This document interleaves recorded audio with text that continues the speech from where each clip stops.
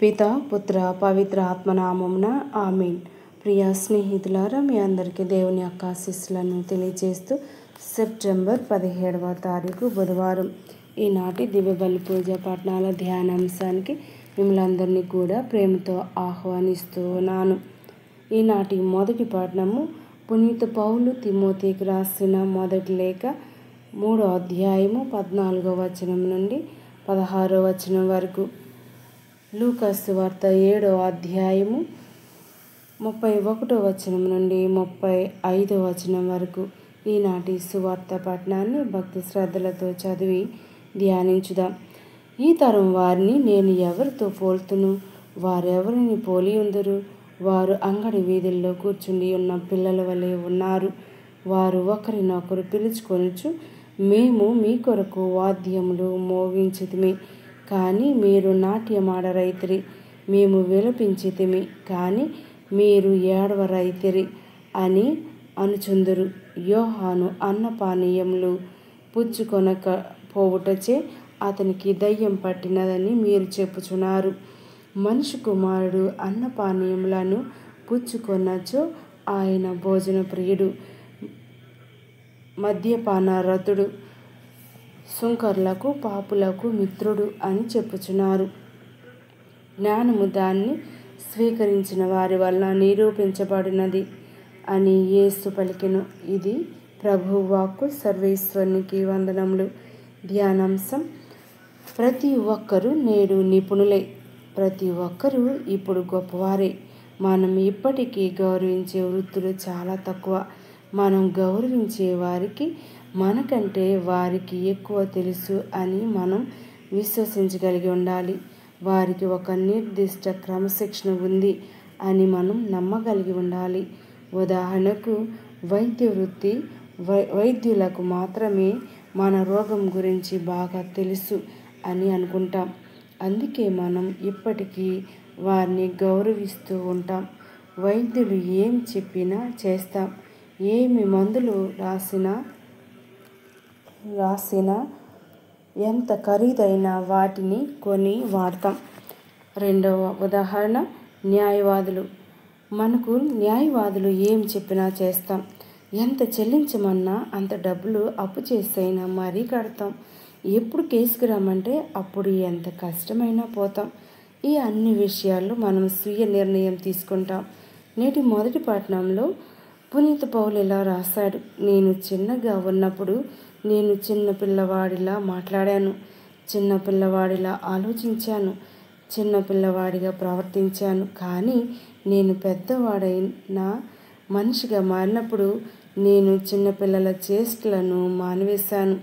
మనం పిల్లల్లాంటి వాళ్ళం, మరియు పిల్లల మాదిరిగానే పిల్లలు వారి తల్లిదండ్రుల జ్ఞానం మరియు అనుభవంపై ఎంత నమ్మకం ఉంచుతారో మనం కూడా దేవునిపై అంతకంటే ఎంతో నమ్మకం, విశ్వాసం కలిగి ఉండాలి. నీరు ఒక్కటే, కానీ దాన్ని స్వీకరించే పాత్రలను బట్టి దేనిలోనైనా అది ఒదిగిపోతుంది. జ్ఞానం ఒక్కటే, కానీ దాన్ని స్వీకరించే వారిని బట్టి జ్ఞానం ఫలితం ఉంటుంది. ఒక మూర్ఖుడు జ్ఞానాన్ని స్వీకరిస్తే వాడికి దాని విలువ తెలియదు. ఒక అసూయపరుడు జ్ఞానాన్ని వికృతంగా ఉపయోగిస్తాడు. ఒక దుర్మార్గుడు తన దుశ్చేష్టలకు దాన్ని ఉపయోగించుకుంటాడు. ఒక మంచి వ్యక్తి, దాహం కొన్నవాడు నీటికి తప్పించినట్లు జ్ఞానాన్ని స్వీకరించి దాన్ని అన్ని విధాలా తనకు, తన తోటి వారికి ప్రయోజనకరంగా ఉండటానికి ప్రయత్నిస్తాడు. ఈనాడు ప్రభు చెప్పిన మాట ఇది. దేవుడు అందరికీ జ్ఞానం ఇచ్చినట్లే ఆయన సమకాలీకులకు ఇచ్చాడు. అయితే ఆయన మీద అసూయతో, ద్వేషంతో బురద చల్లటానికి ప్రయత్నించారు. యోహాను మహానిష్టతో ఆహార పానీయాలు ముట్టుకోలేదు. కేవలం ఎడారిలో, కొండలలో దొరికే ఆహారంతో జీవనం సాగించాడు. మరి యోహానును తిరస్కరించిన వారు ఆయనకు దయ్యం పట్టిందన్నారు. ప్రజలను ఆయన యొద్దకు వెళ్లకుండా నిర్బంధించారు. క్రీస్తు ప్రభు యథావిధిగా జీవనం చేస్తూ ప్రజా జీవనంలో లీనమైపోతూ వచ్చాడు. పేదల, పాపుల, ధనికుల జీవితాలను స్పృశిస్తూ వారిలో ఒకడయ్యాడు. వారితో కలిసి జీవిస్తూ వారిని తన సొంతం చేసుకున్నాడు. అందుకు ఆయనను నిందించారు. పాపుల్లో తిరిగేవాడన్నారు.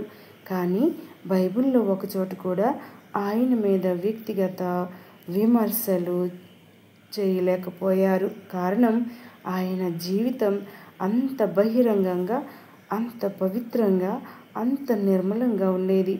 ఆయనకు వచ్చిన ప్రజామోదానికి వారు అసూయతో నిండిపోయారు. అందువల్లనే ఆయనను అలా నిందించారు. కానీ గొంతు కోసుకున్నాక గారడి విద్యే అనే వారితో ఏమని వాదించగలం? ప్రియ స్నేహితులారా, ఈనాడు మరి పరిసయ్యులను ప్రభు ప్రశ్నిస్తూ ఉన్నాడు. ఈనాటి తరంతో నేను ఏమి చెప్పగలను అని, ఎవరితో పోల్చగలను అని.